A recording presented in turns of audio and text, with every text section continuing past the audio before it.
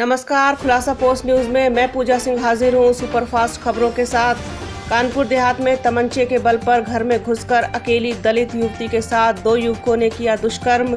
विरोध करने पर दबंग युवकों ने की युवती की पिटाई। पीड़िता की स्थानीय पुलिस ने नहीं सुनी कोई फरियाद और नहीं की कोई कार्रवाई। युवती ने पिता के साथ जिले के एसपी से लगाई न्याय की गुहार। एसपी के आदेश पर सामूहिक दुष्कर्म सहित कई संगीन धाराओं में पुलिस ने केस दर्ज किया। पुलिस ने शुरू की आरोपियों की गिरफ्तारी के लिए दबिश। आरोपी अभी भी फरार। खुलासा पोस्ट न्यूज के लिए कानपुर से इब्ने हसन जैदी की रिपोर्ट।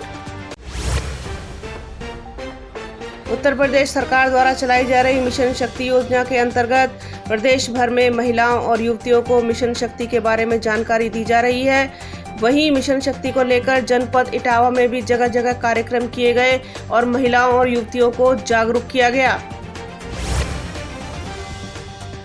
उत्तर प्रदेश सरकार द्वारा पावर लूम बुनकरों को विद्युत आपूर्ति में मिल रही सब्सिडी समाप्त किए जाने तथा अन्य मूलभूत सुविधाओं की मांग को लेकर बुनकर संगठनों में आक्रोश है। प्रयागराज के मऊआइमा में पावर लूम के लोगों ने सभी तरह के पावर लूम का संचालन ठप कर रखा है।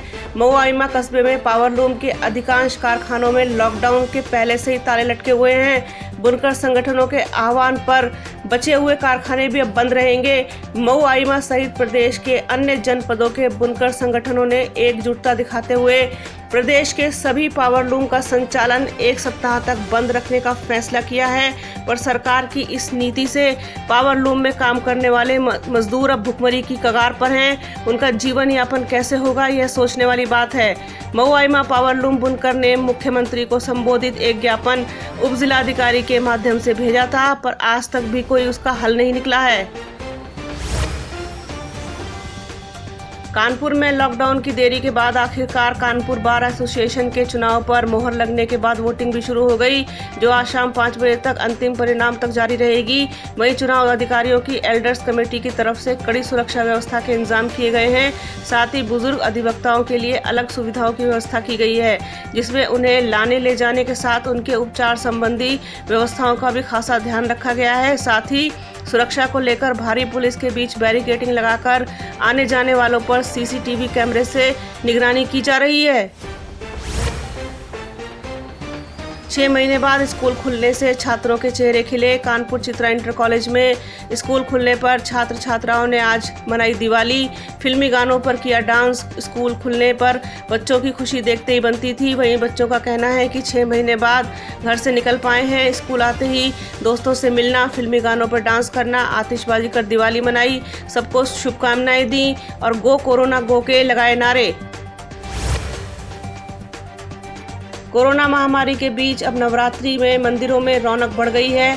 चैत्र नवरात्रि लॉकडाउन की भेंट चढ़ गए थे, अब बाजारों व मंदिरों में फिर से रौनक लौट आई है।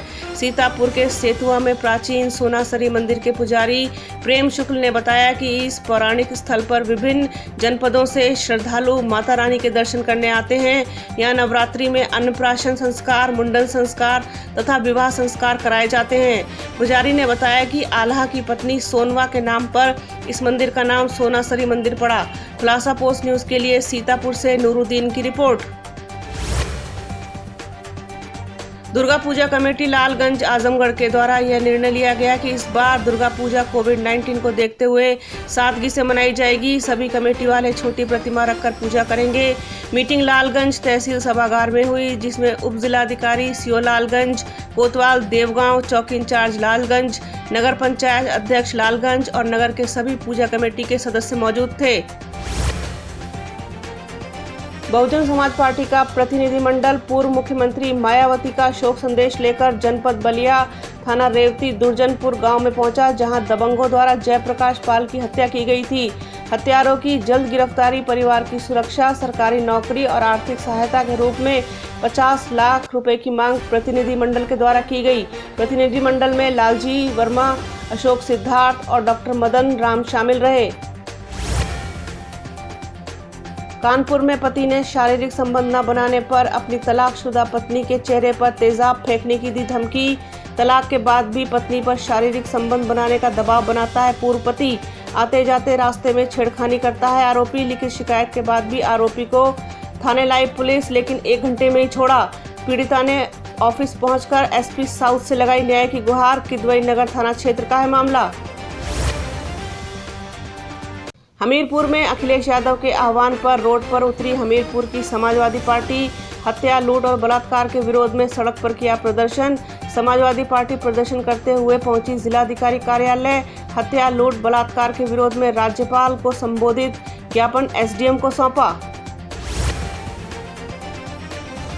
हमीरपुर के देवदास मंदिर में राज दरबार पंडाल में सन 1990 से लगातार 16 फीट की मां दुर्गा की मूर्ति स्थापित होती आई है, पर कोविड-19 को देखते हुए कोरोना काल में शासन द्वारा दिए गई गाइडलाइन के नियमानुसार अब मां दुर्गा की 5 फुट की मूर्ति स्थापित की गई है।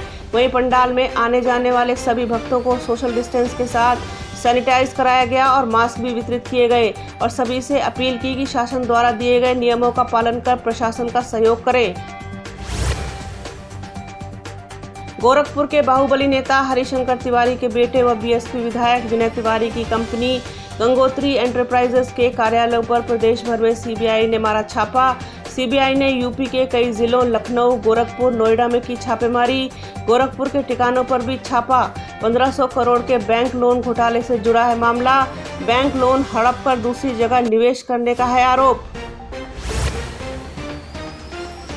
छिंदवाड़ा प्रदेश शासन में मंत्री व उपचुनाव में प्रत्याशी इमरती देवी पर टिप्पणी को लेकर भाजपा ने प्रदेश भर में मौन धरना कार्यक्रम रखा। भाजपा जिलाध्यक्ष विवेक बंटी साहू ने बताया कि प्रदेश कांग्रेस अध्यक्ष कमलनाथ ने महिला प्रतिनिधि को खुले मंच से अपमानजनक शब्द कहे जाने के विरोध में धरना दिया गया है, जहां पूर्व मुख्यमंत्री कमलनाथ का पुतला भी फूंका गया।